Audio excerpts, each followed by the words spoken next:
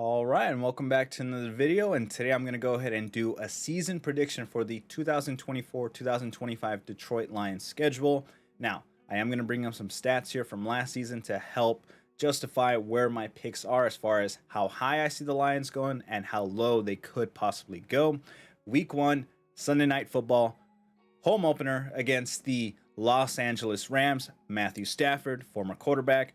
The Rams' former quarterback, Jared Goff, who is now ours, and a quick little swap-a-rooney with picks and all that involved a couple seasons ago. This is going to be a rematch of Wild Card Weekend last season. The Lions got their first ever playoff win in over 32 years against the Los Angeles Rams. This is an absolute must-win game for the Lions. Gotta start off the season 1-0. Next week, we're going to go ahead and, coincidentally enough, we're going to play the team we also played in the playoffs, the Tampa Bay Buccaneers. Yes, it is an absolute must win because we have to beat the teams that we beat in playoffs. They get better, we got to get better. Got to start the season 2-0 against this team. Followed by that, we got a trip to Arizona. We're going to go ahead and play the Arizona Cardinals. Kyler Murray and Marvin Harrison Jr. will have 3 weeks of official in-season game time together. I don't think that's going to be quite enough to create that chemistry that they're looking for to be a quite the threat there. So I don't see them just yet putting all the pieces together. So I do see a Lions victory here, 3-0. Followed by that, we got a Monday Night Football game against the Seattle Seahawks. Now, the Seahawks have had the Detroit Lions number for the last couple of seasons. I don't know what it is about them, but I can't see that continuing this season. This is a whole different team with a whole new secondary. The Seattle Seahawks will finally be beaten by the Detroit Lions. So we're going 4-0. And then week 5 of the NFL is going to be the bye week for the Detroit Lions. Now, unfortunately, it is an early bye week. It's as early as it can get. I'm not a fan of that. I do prefer it to be a little bit more in the middle of the season, but this is what we get. Now, we are going to have plenty of rest because the next game, week 6 in the NFL, is going to be against the Dallas Cowboys. The Dallas Cowboys should have been a win last season but unfortunately, there was that whole incident with Brad Allen, the referee, not picking up the whole not reporting issue, taking away such an amazing trick play score from the Lions. Should have been a dub, but the refs took that away. Lions come back for vengeance. This is going to be a win. We're going 5-0. Next week, week 7 in the NFL, we travel over to Minnesota. Who are they going to have at quarterback at this point? Sam Darnold? Sam Darnold is going to last 7 weeks in the NFL as a starting quarterback? Nah, I don't see any of that happening. Sam Darnold, not a competition whatsoever. Easy win, 6-0. Next week, going to host the Mayo Man Will Levis. Week 8, Tennessee Titans. Yeah, I like Will Levis. He also has DeAndre Hopkins. Is he going to be back in time? I know he's sidelined currently with his injury. I don't think he's going to make it back. Heck, even if he was back, I don't see the Lions dropping this game. 7-0. Now the next game, week 9 in the NFL against the Green Bay Packers.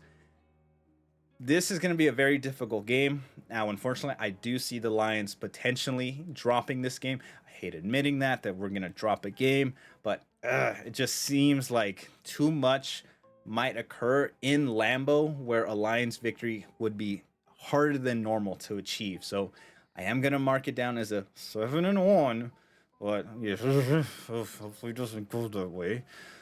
All right, next game, week 10 in the NFL. We got another primetime Sunday Night Football game against the Houston Texans. This is a game I am extremely excited to see. I need to see how the new secondary does against the Houston Texans because specifically they are incredibly strong at the wide receiver position. Nico Collins, Tank Dell, Stephon Diggs, they're loaded there. Robert Woods is still there.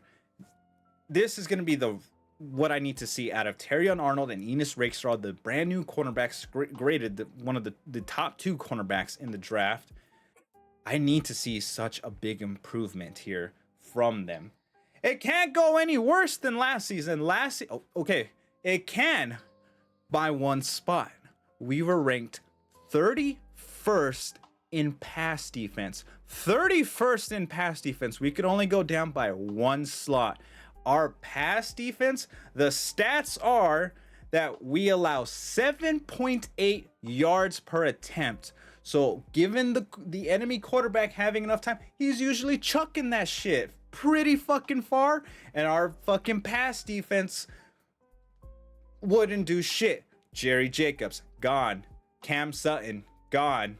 I don't know who the third one was. I don't fucking care at this point. Good riddance. Don't ever come back. Don't even try to retire as a Lion. No, you're not welcome here. Bye. Now, as far as the pass defense, they also allow 12.3 yards per catch. That's more than a first down. The pass defense, incredibly horrible. 31st, second to last. That is second to last in that stat also. Now, as far as yards per game, we're not second to last. We're 27th. Still fucking horrible. 247.4 yards per game. Abysmal.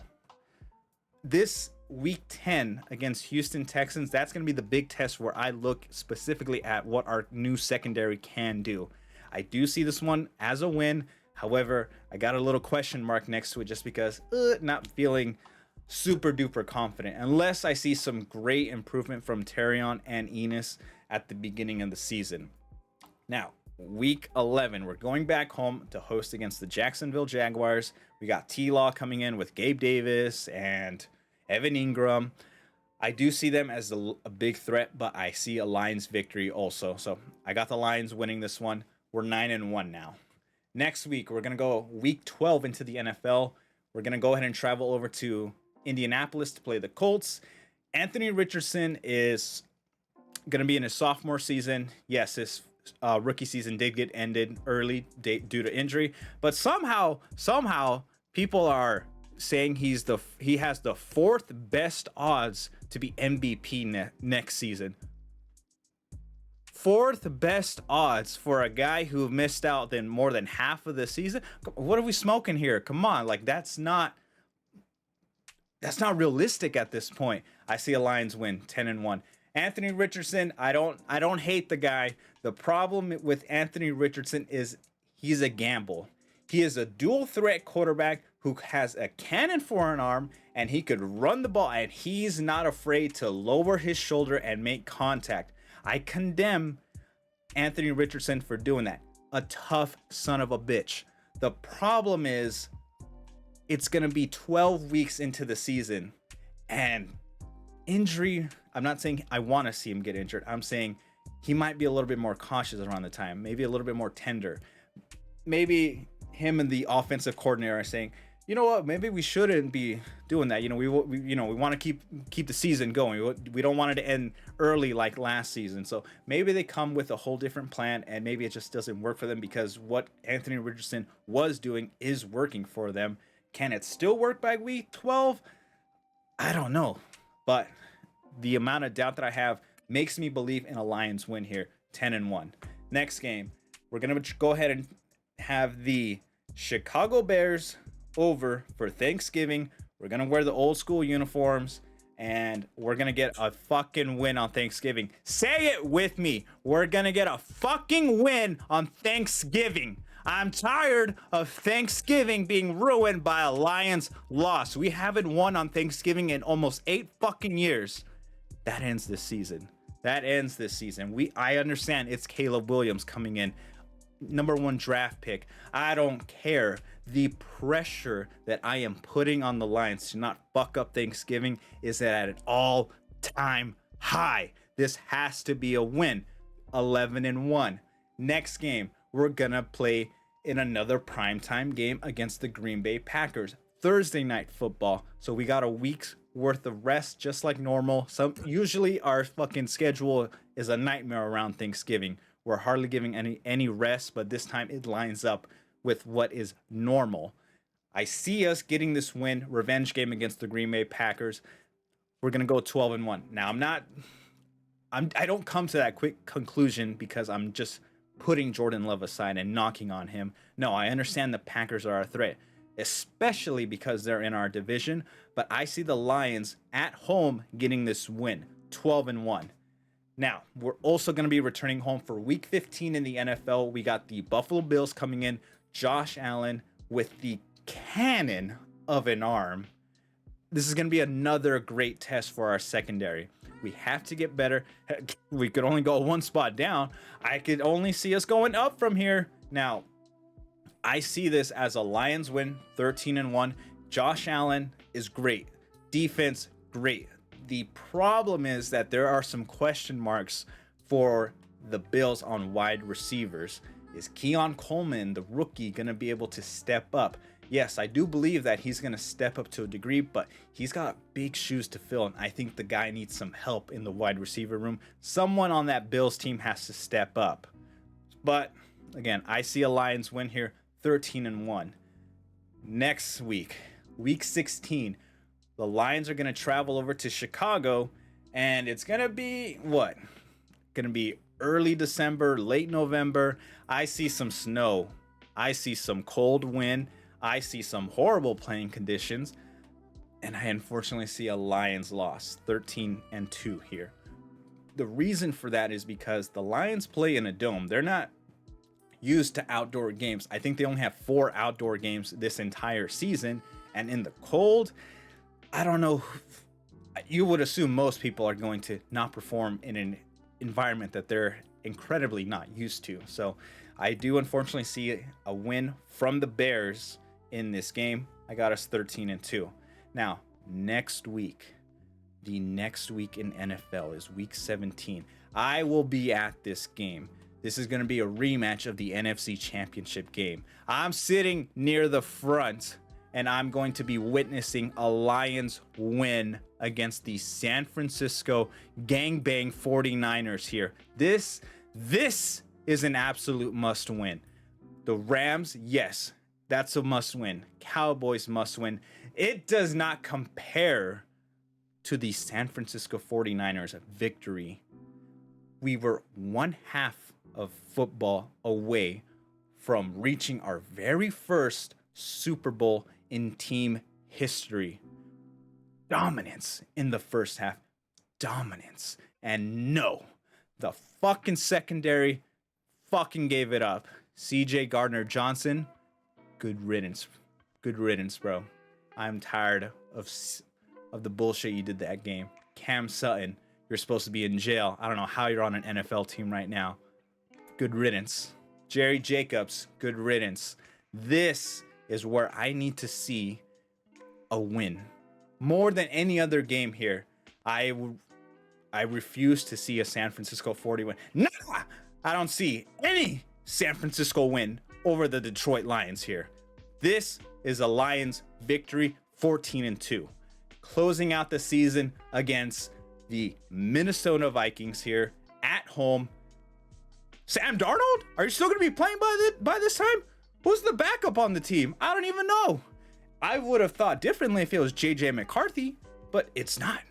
It's supposed to be Sam Darnold. Lions win, 15-2. 15-2 is what I predict the Lions going at a high point. This is the highest I believe the Lions can go. This will be a new record best in team history. Last season, if we weren't fucked over by the refs against the Cowboys, we would have got the new record.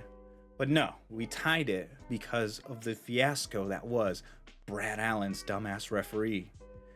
All right, now the low point I see, minimum 12-5.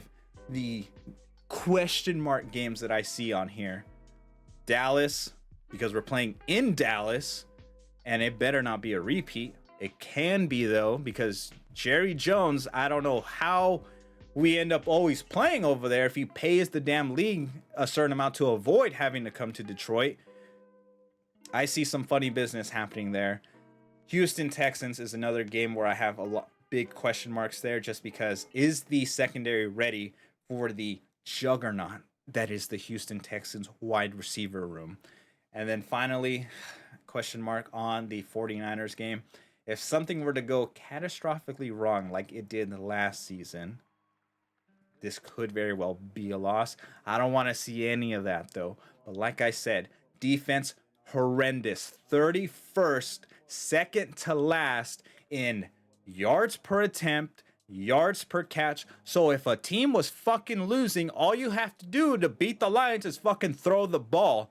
Hell, if you got a fucking long way to go, even better for you guys, because the secondary was that fucking horrible. It's not going to be like that this season.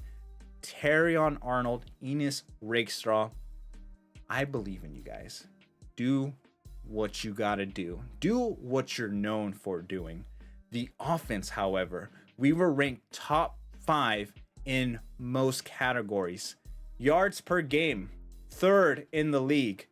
394.8 yards per game. So we're fucking throwing the ball and we're running the fucking ball. We're the 3rd most efficient team doing that. Passing yards per game, Jared Goff coming in here. St. Brown, Jameson Williams, Sam Laporta. Daddy Goff here is passing the game 258.9 passing yards per game. 2nd in the league. 2nd. Now, as far as rushing yards per carry, this is where the two-headed beast of Jahmyr Gibbs and David Montgomery come in. They're ranked 5th with 4.6 yards per carry. Now, as far as rushing yards per game, again, they're ranked 5th with 135.9.